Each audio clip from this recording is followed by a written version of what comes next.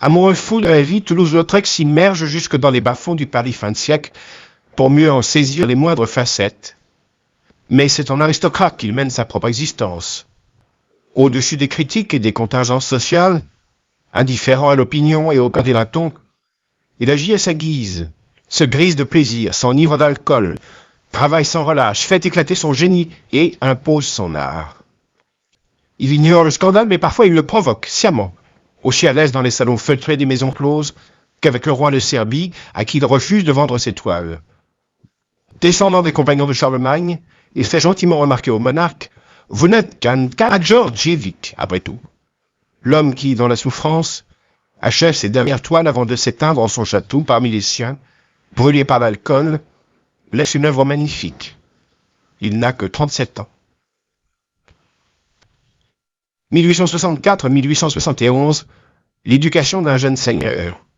Henri-Marie Raymond de Toulouse-Lautrec Montfat naît à Albi le 24 novembre 1864 par la demeure familiale.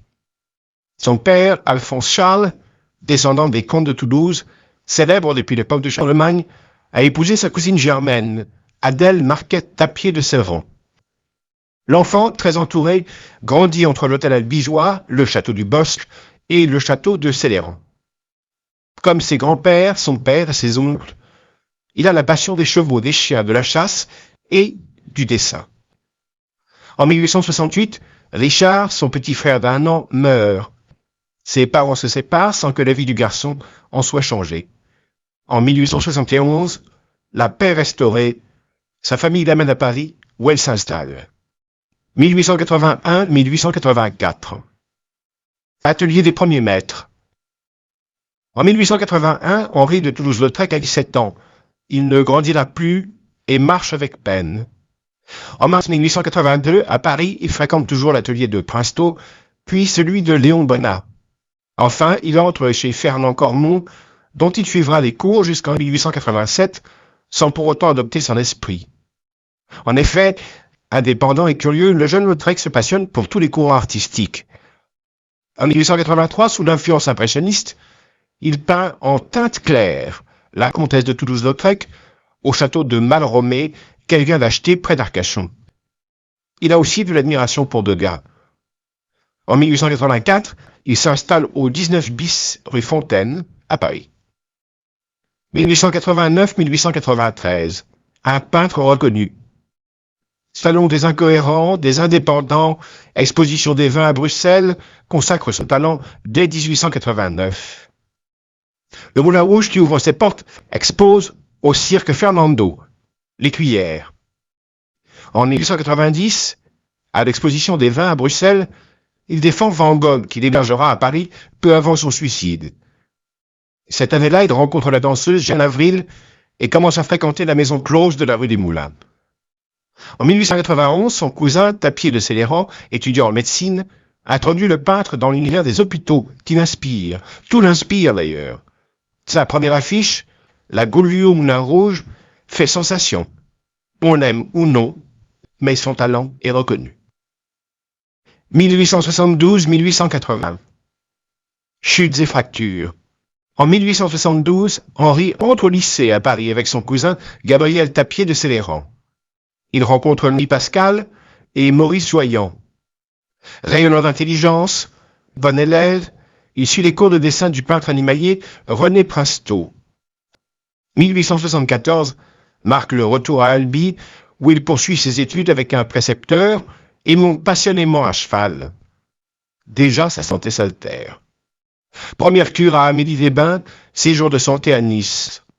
Le 30 mai 1878, dans le salon de l'hôtel du Bosc, il se fracture le fémur gauche. En août 1879, il se brise le fémur droit.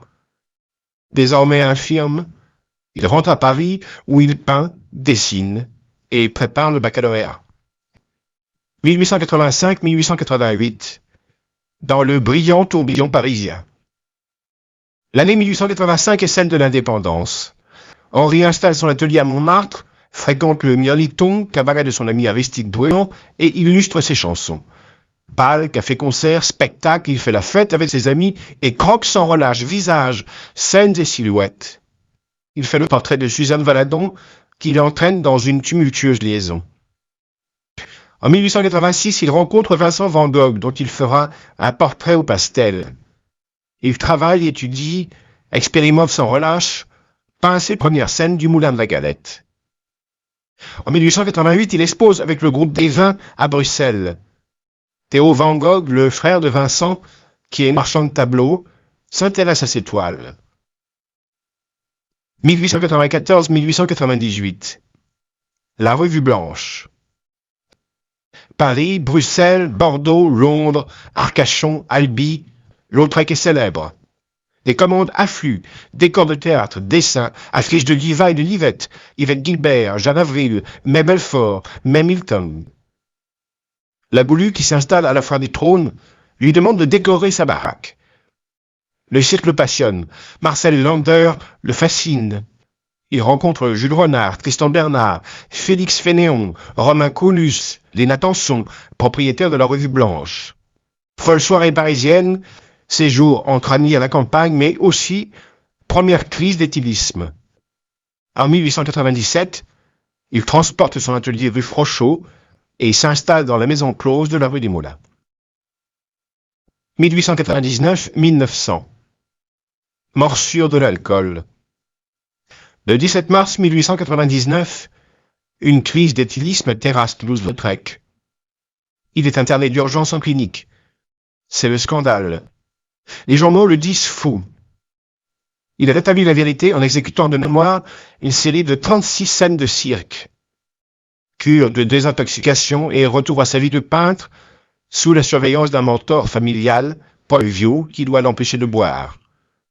Il passe l'été entre Le Havre, Le Crotoy, Bordeaux, Arcachon et Malromé, où il peint des portraits. Après une nouvelle saison parisienne, l'été 1900 le retrouve naviguant avec Viau de la Manche à Bordeaux, où il s'installe plusieurs mois. Il y peint des scènes de théâtre, dont Messaline, puis il retourne au Havre et à Arcachon. 1900-1901. La vie s'éteint. En décembre 1900, Henri est au château de Malromé lorsqu'il est terrassé par une attaque qui lui paralyse les jambes. Au printemps, c'est dans une voiture d'infirme qu'il regagne Paris, où il fait le tri de ses œuvres. Mais à la mi-août, une nouvelle attaque le foudroie et sa mère le ramène à Malromé.